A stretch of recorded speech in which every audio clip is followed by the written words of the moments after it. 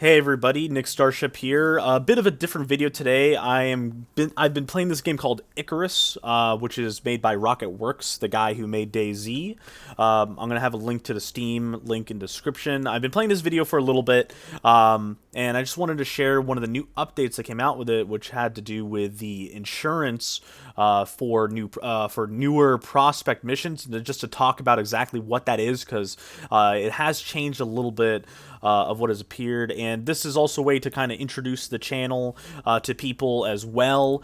Welcome if you're new to the channel. Nice to meet you. I'm Nick Starship. I play a lot of games, a lot of Warframe I have on this channel. I've been playing a lot of survival games.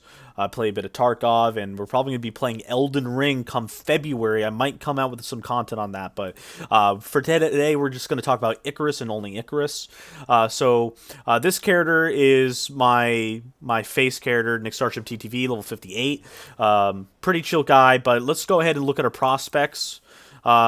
So this is what the missions look like. You have to unlock all of these in order to even run them.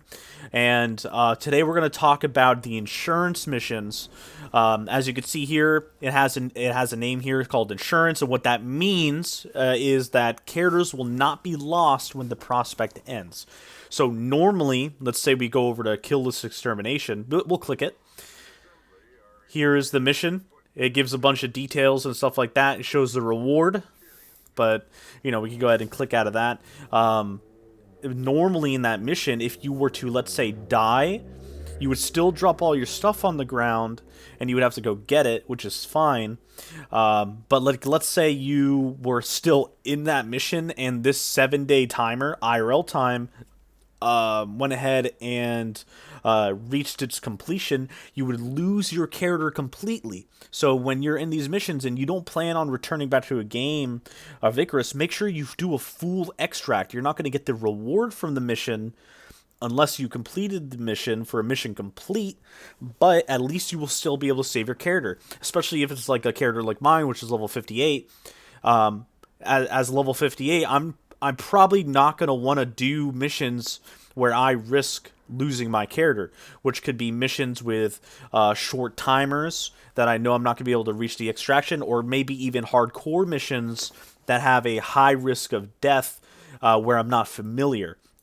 Like this hardcore extermination here, which is completely doable solo in 6 hours, I may be comfortable running, but maybe not by myself. It depends on my day. Maybe I'll run with a different character. Maybe I'll run with like a lower level character just so it's more solo. But this mission's easy anyway, but that's a different story. But in a hardcore mission, we'll say the difference between insurance and hardcore in a second. In a hardcore mission, if you're solo and you die, mission fail, lose character. Okay, you lose all the shit on your character, you lose the level, you start all over. Okay, so like if you're like me, level 58 character, that kind of sucks. That's like almost like 50 hours or more of gameplay for a lot of people. And so an insurance mission kind of like as it says, ensures that your character won't be lost. And they've gracefully had this happen over a lot of missions. And one of the biggest missions that I see so many people die on early is Ice Storm Expedition, because of the amount of polar bears that happen in the mission and that you have to encounter just to get this mission done. Like this mission itself, you could probably get done solo in about maybe 2.5 hours with a bit of prep. You could do it faster, maybe if you're like dodging and weaving the polar bears and you got like all your stuff made. You could probably get done in like an hour and a half, maybe if you're speed running. But generally, for new players, this mission should probably take about 2.5 to 3.5 hours, especially if you're in a group and you want to at least get like one gun. But by that point, you're like level 30s. And so they gave this mission insurance, which is huge. That way people won't fucking lose their characters. And even some of the later game missions are available. But what I have seen is these ones here, which are exploration missions. All of these are insured, and there's not like a hardcore exploration, they're all just regular, and those are just placing you in biomes closer to like the environmental dangers of like maybe a snow or desert or the riverlands or the forest. But that's a very nice quality of life because a lot of these missions last for like a month, so you don't really have to worry about losing your character then, and because it's super laid back. By that point, like in less than a day, you're usually running around with guns and stuff, looking for resources. But as you can see, as we get further down this line here, we do see still missions with insurance, like even sandbox construction, which you literally just build a shack in the desert, and it's pretty easy. I personally haven't ran it. I think this is one. No, you have to build a power base. I haven't ran that one. Which was the one I ran? I think I ran. It was some desert mission. I think it was maybe field test recovery or something. I don't know. There's one where you had to build like a hunter shack in the desert. I forgot which one that was.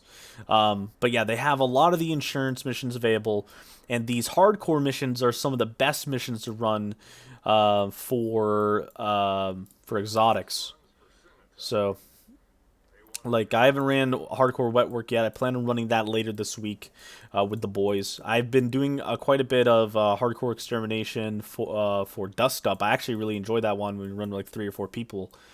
But yeah, that's basically it. These blue missions are really, really better to run early on when you're getting your levels and you're newer to the game and you're familiarizing yourself. You know, maybe you're trying to like get your squad going, get some teamwork. Progress. But the main loot is gonna be in the hardcore missions. So when you and your team, if there's gonna be like 3 or more of you going online, like you're gonna want to run these hardcore missions. Okay. Anyway, that's basically it. That in this video, I may come out with a different video later in the week, maybe about ICARUS. Maybe I'll put a playthrough. Depends on how this video performs. Thank you guys for watching. I'm Nick Starship, and I'll see you guys later. Peace.